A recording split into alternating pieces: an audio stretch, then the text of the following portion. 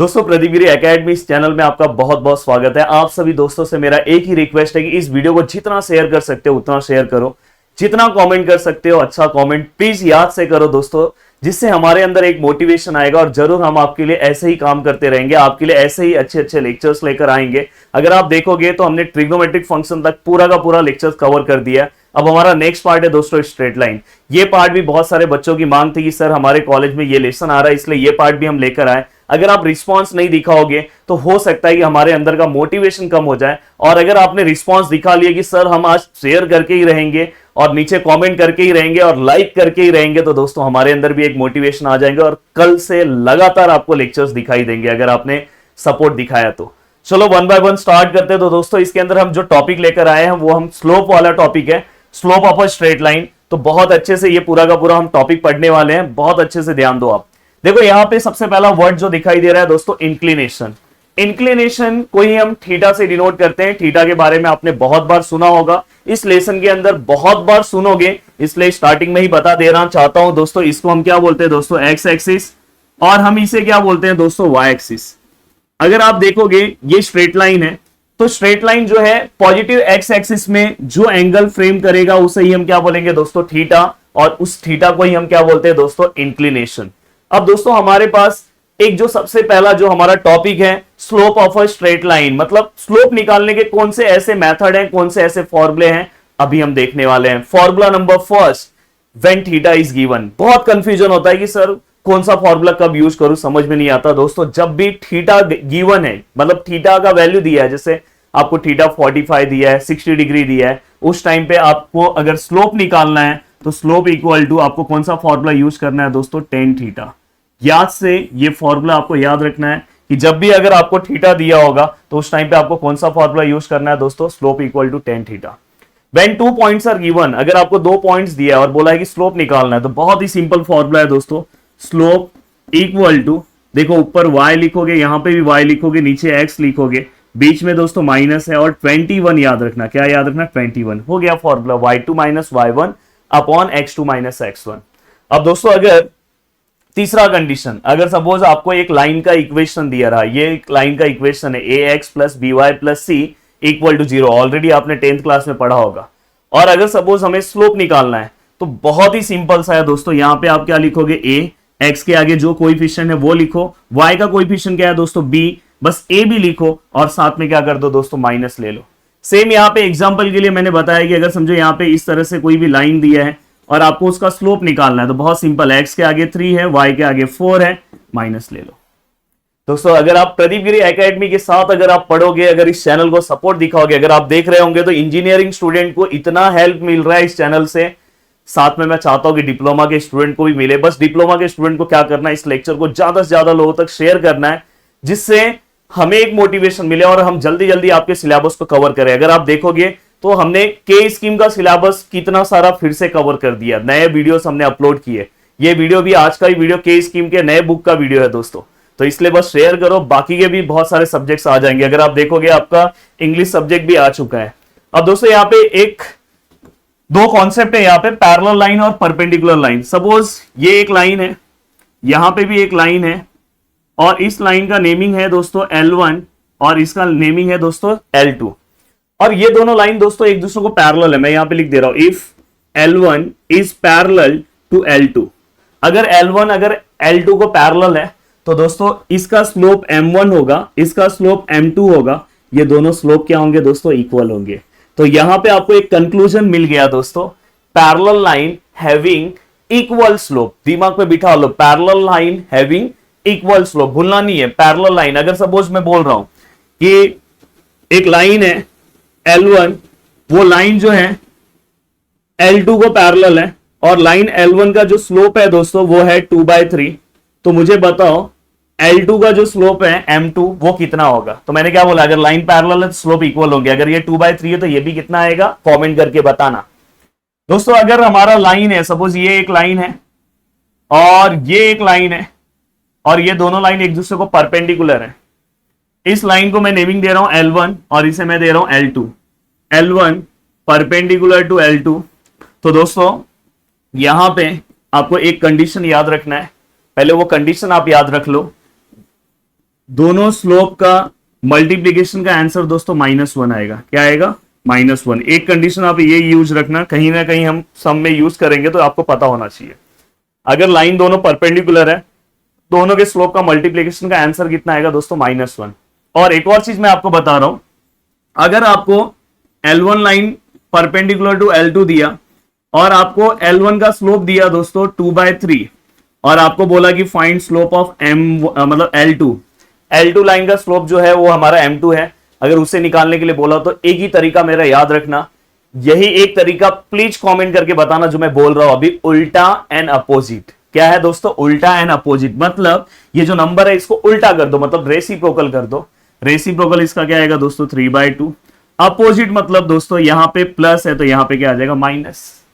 अब मैं आपको एक क्वेश्चन दे रहा हूं दोस्तों, suppose line L parallel to first line parallel to second line and slope of the first line is 5/6, then what is slope of the second line? Please both the line are perpendicular, याद रखना perpendicular है तो दूसरे का slope क्या होगा? उल्टा and opposite. Please comment करके बताना दोस्तों। यहां पे आपको बहुत ही अच्छे अच्छे कंटेंट मिलेंगे और आपको कहीं क्लास या कुछ जाने की जरूरत नहीं है, फ्री ऑफ कॉस्ट सभी चीजें मिल रही है। अब दोस्तों देखो यहां पे फाइंड स्लोप क्वेश्चन आ गया और m इक्वल टू क्या है दोस्तों? 45 डिग्री। अब दोस्तों यहां पे अगर आपको स्लोप निकालना है तो आपके पास देखो थीटा गिवन है, तो हम क्या यूज करेंगे दोस्तों? Slope which is equal to, यहां पे क्या आएगा दोस्तों? tan थीटा, देन यहां पे क्या आएगा दोस्तों? tan 45। हाँ, tan का टेबल आपको याद होना चाहिए और tan 45 का आंसर कितना होता है दोस्तों? आप चेक कर सकते हो, 1 होता है। तो स्लोप ऑफ द लाइन क्या आएगा दोस्तों? 1। तो यहाँ पे स्लोप का आंसर कितना है? 1। अब देखो यहाँ पे कुछ वैल्यूज दिए हैं, हो सकता है कि बहुत सारे कॉलेजेस में ये लेसन स्टार्ट कर दिया गया हो और ट्रिग्नोमेट्री वाला पार्ट न पढ़ाया गया हो, क्योंकि इसके लिए अलाइड एंगल का कॉन्सेप्ट बहुत ज्यादा जरूरी है। तो हो सकता है कि ये वाला पार्ट मैं लास्ट में आपको बताऊं या वीडियो के आज ही आपको लास्ट में मैं बता दे रहा हूं, पर सबसे पहले जो मेन पार्ट है वो करा दूं। और अगर जिनके कॉलेजेस में ट्रिग्नोमेट्री वाला पार्ट नहीं कराया गया है उनको अभी के सिलेबस में ये वाला पार्ट अभी वो नहीं पूछेंगे, पर आगे एग्जाम के लिए तो आएगा, तो मैं इसलिए लास्ट में अभी करा देता हूं।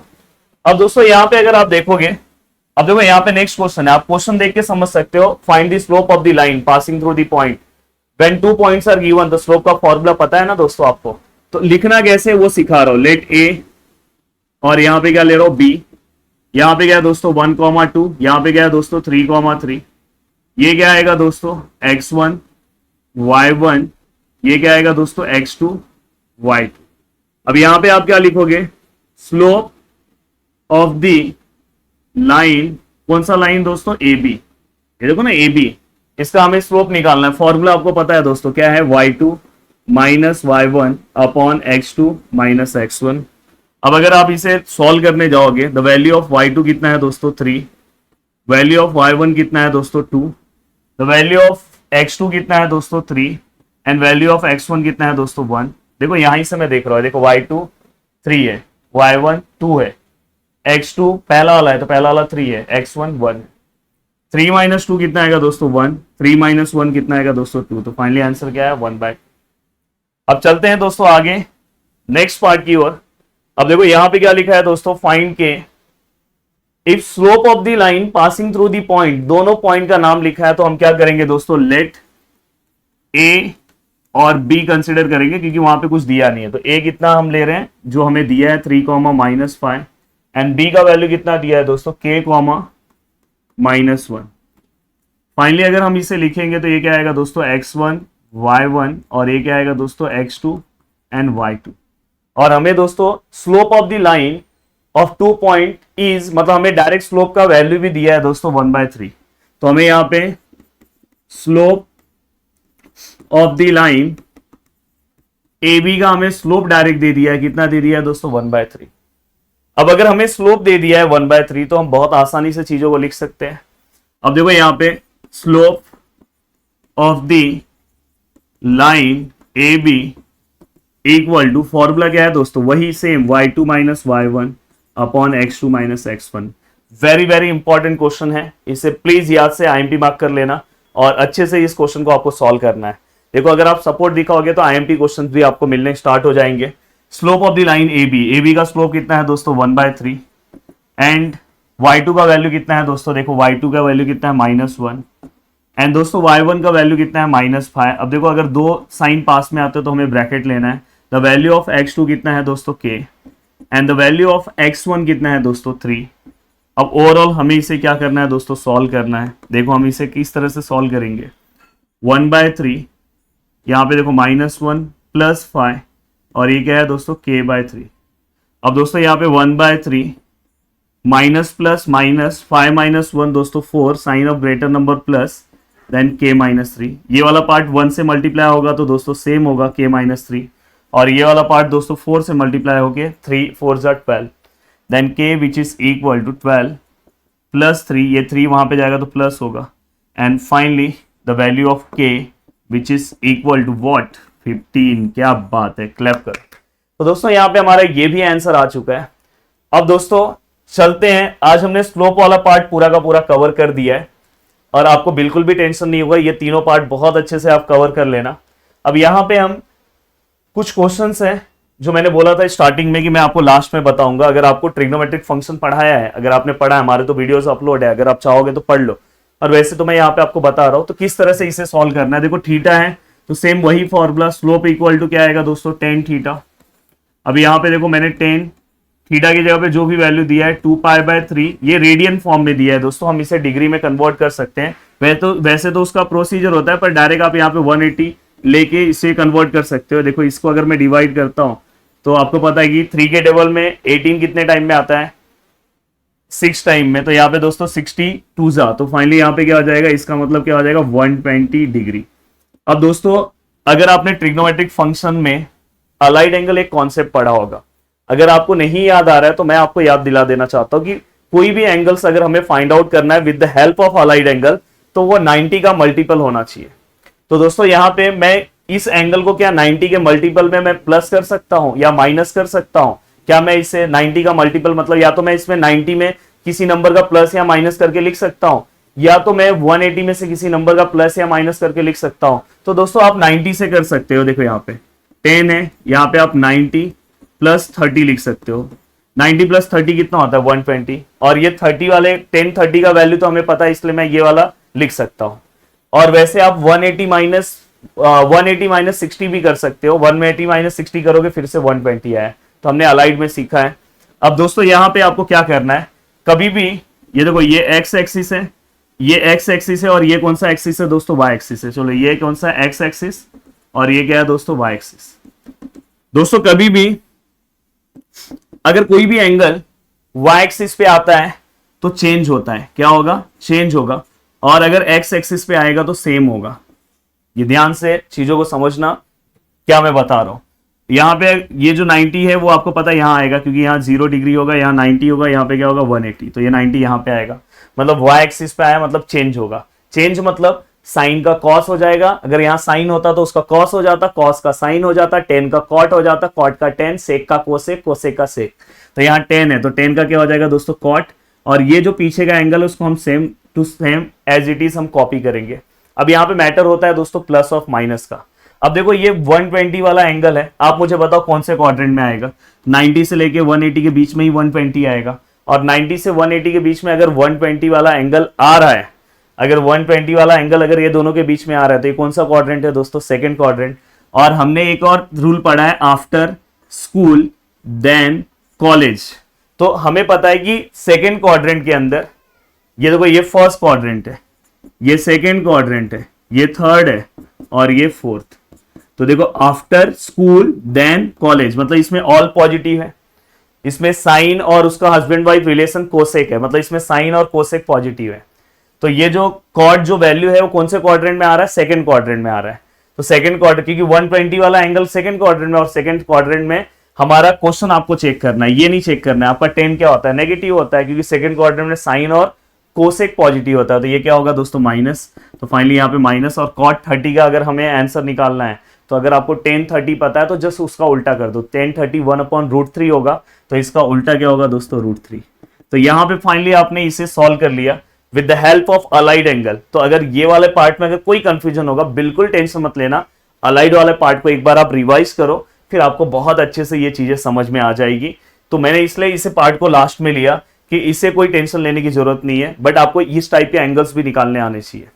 जैसे ये 150 है तो आप इसे 90 प्लस 60 कर सकते हो।